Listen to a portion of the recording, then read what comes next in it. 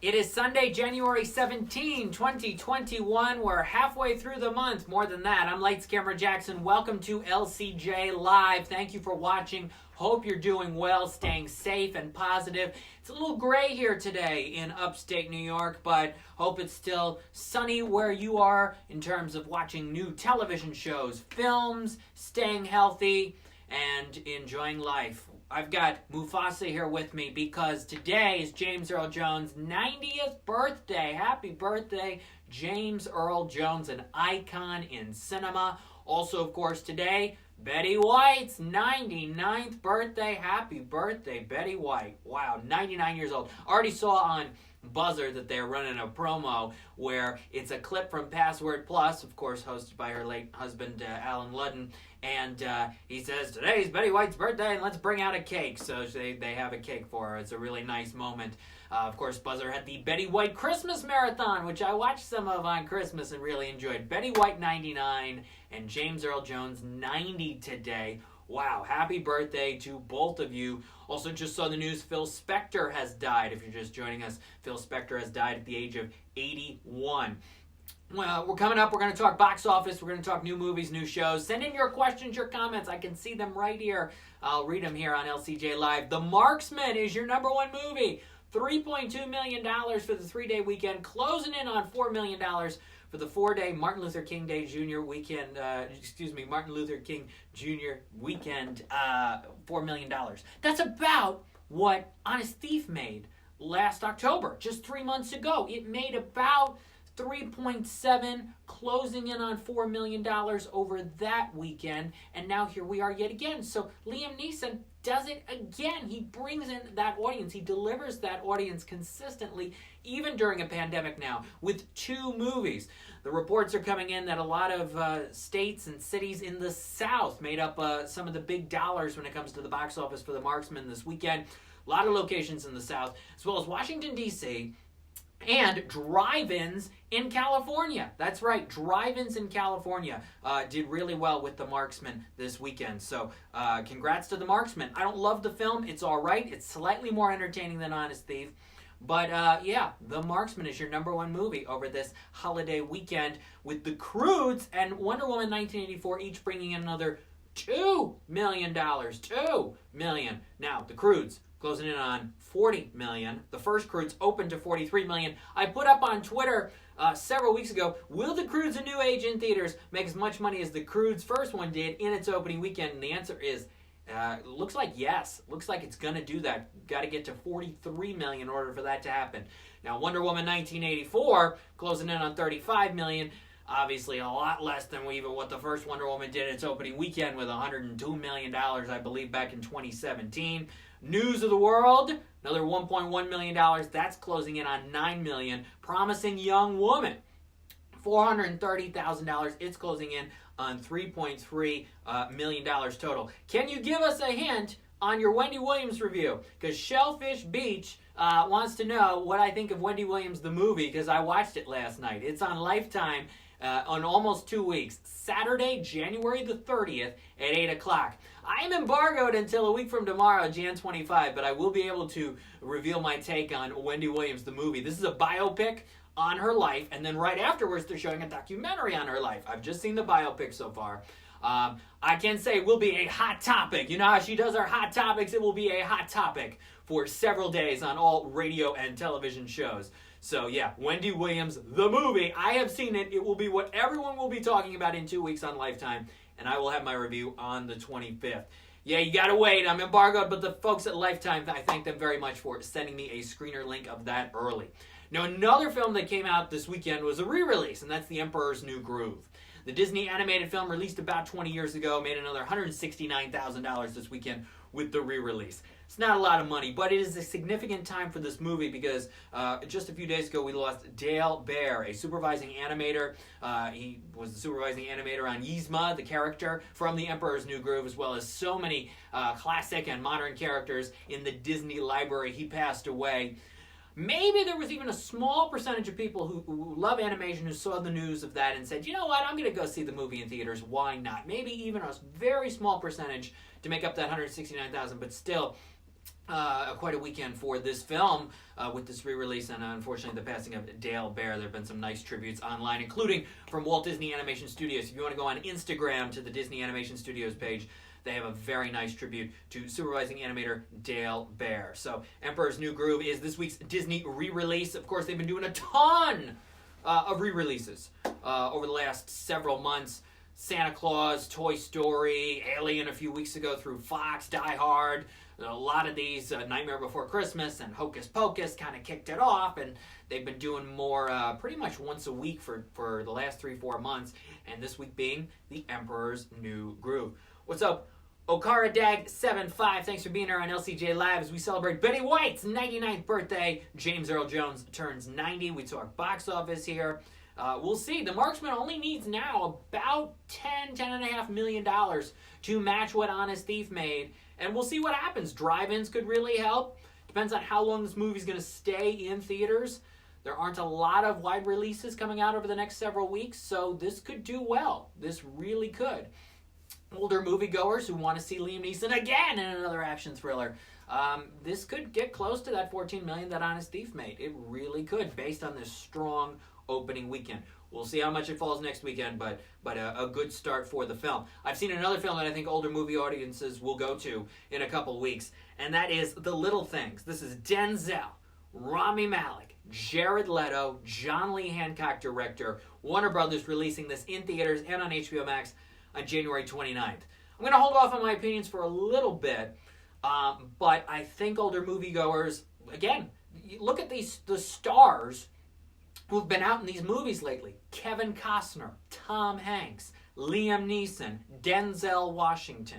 These are Russell Crowe. These are actors that older moviegoers like. Robert De Niro, The War with Grandpa. Look at The War with Grandpa now in its 15th consecutive week in the top 10 at the box office. As re-releases and new movies have come and gone, dozens at this point, The War with Grandpa has stayed in the top 10 for 15 weeks. That's more than Tenet. And now, did some math, its percentage from opening weekend to total in terms of the weekend box office gross is now smaller than Tenet. In other words, about 24% of The War with Grandpa's weekend box office gross came from its opening weekend. The rest, over the last 14 weeks, that is smaller than Tenet. That is smaller than any other movie released in this pandemic period of the box office. Meaning that it has had the best multiple, the best longevity. More people have gone after the fact in opening weekend than any other movie released during this pandemic. If you look at that percentage, which is amazing. And Shellfish Beach is wondering how Robert De Niro feels about that, and I agree. Who would have thought that a movie made 3 years ago would come out during a pandemic and do as well as it has? It's at about $19 million and change. Could close in on $20 million by the time its run ends. And it could be in the top 10 again next weekend, because there, I don't believe, is a huge wide release next weekend. The Little Things is the following weekend.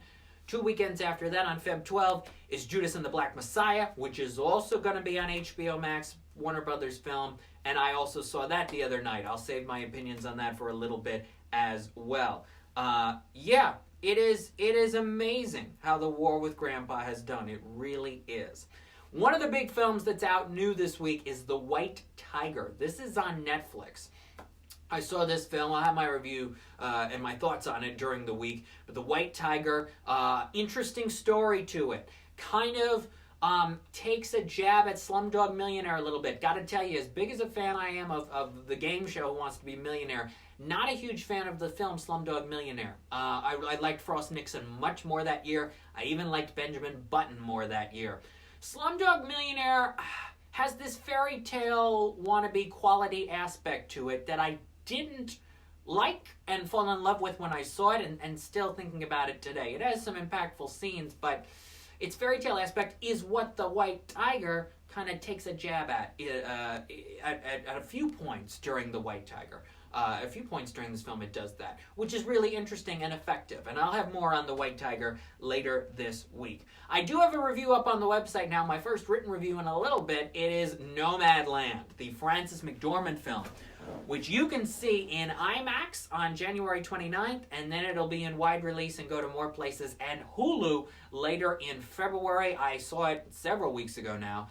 Check out my review of Nomadland, one of the early favorites in a delayed award season at lights-camera-jackson.com.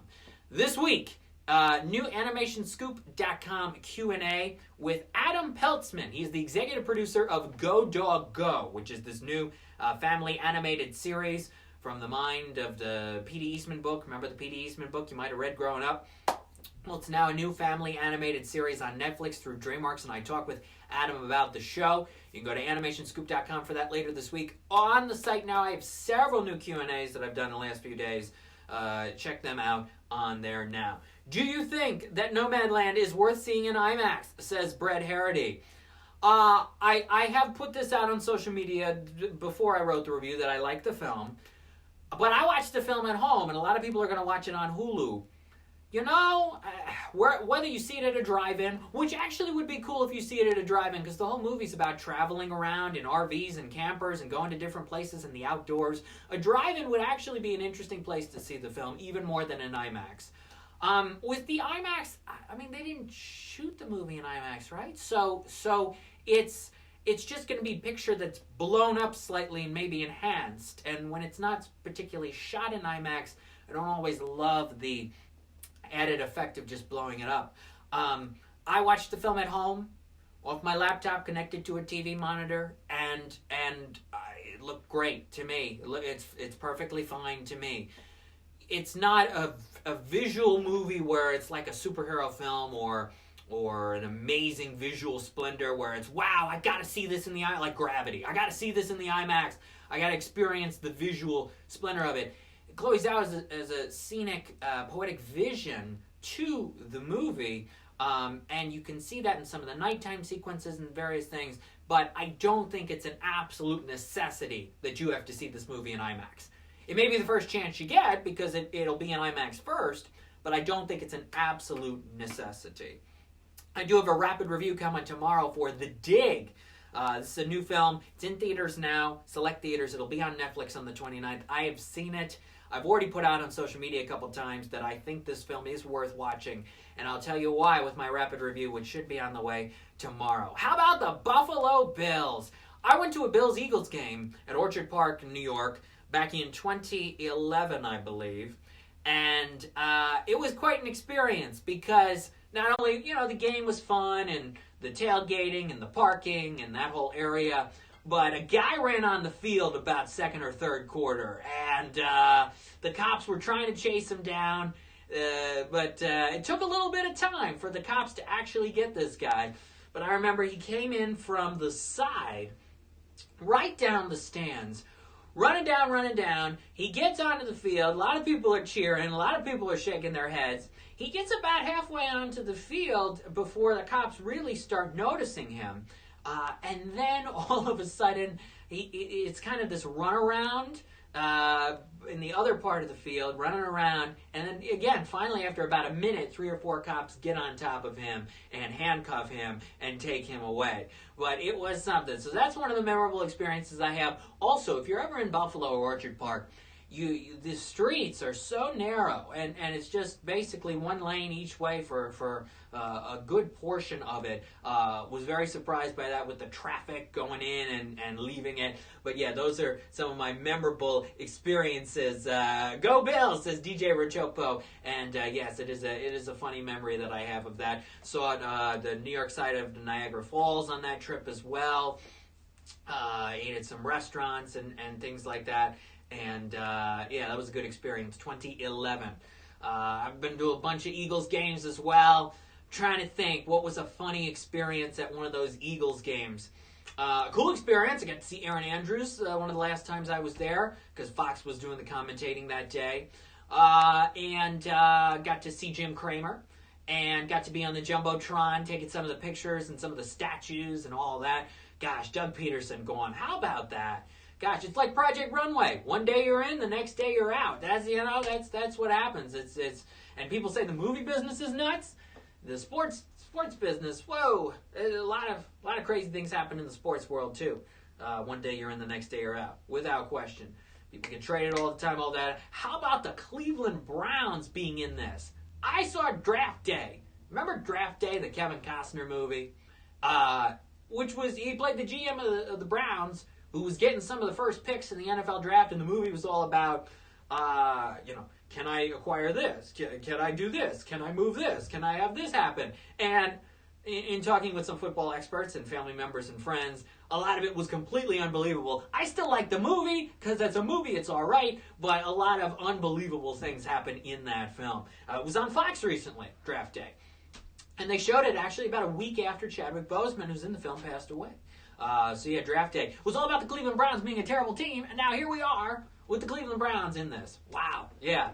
And now the Buffalo Bills, and we'll see who gets to the Super Bowl. We'll see if the Super Bowl happens on time. It will be a miracle if the Super Bowl happens on time. At this point it's going to happen, but you never know. One of my philosophies of life, nothing happens till it actually happens, and we're still a few weeks away from the Super Bowl, but things are looking good for the NFL to get through this season without a major delay, which at this point I thought they were going to have to do. I really thought they were. We got a little time left, but hope everybody stays safe and positive. And of course, football fans got to love the fact that these games have been played and are being played. It's escapism. It is absolute escapism. You know how many people watched the game last night on NBC? More than 20 million people, and that's just from the overnight estimates. More than 20 million people spent their Saturday night at home watching the football game last night, whether you were a fan of either of the two teams or not. That just shows that even though the ratings have been so-so on the football games this year, you can still, when it gets good, get a lot of people to watch. And that's probably about a fifth of the audience of what the Super Bowl will be. But 20 million for NBC on their final game of the year, quite strong. Today we've got a game. I think CBS has the first game, and then Fox has the late game, and then after the Fox game, live on both coasts, and all time zones, you've got a new episode of The Great North, second episode of that, and a new Family Guy. So 10 and 10:30 Eastern, 7:30 Pacific time. With the new episodes of those Fox animated shows tonight after they have the football game. When we're back here next Sunday at 12 a.m. Eastern, we will preview some more new movies, a lot of new movies coming out next week, and we will preview what could be the nominees for the Independent Spirit Awards, which come out on the 26th. We're getting closer and closer to the big award season nominations. They're just around the corner. And more new movies and television shows as well. As always, you can follow me on Twitter at LCJ Reviews, Instagram at LightsCamJackson, Facebook, Lights Camera Jackson, the website, lights-camera-jackson.com, youtube.com/what? Lights Camera Jackson. Got to get the name out there for all places. I'm LCJ. Thank you for watching LCJ Live. Stay safe, stay healthy, stay positive. Support your local movie theaters if you can. Support your local businesses. Happy Martin Luther King Jr. Day tomorrow, and we'll see you back here next Sunday. Happy birthday, James Earl Jones. Happy birthday, Betty White. Watch a Betty White show. Watch a movie today that features Betty White. Watch a classic game show. Celebrate her 99th birthday. Enjoy the day. I'm LCJ. That rhymed. Peace out.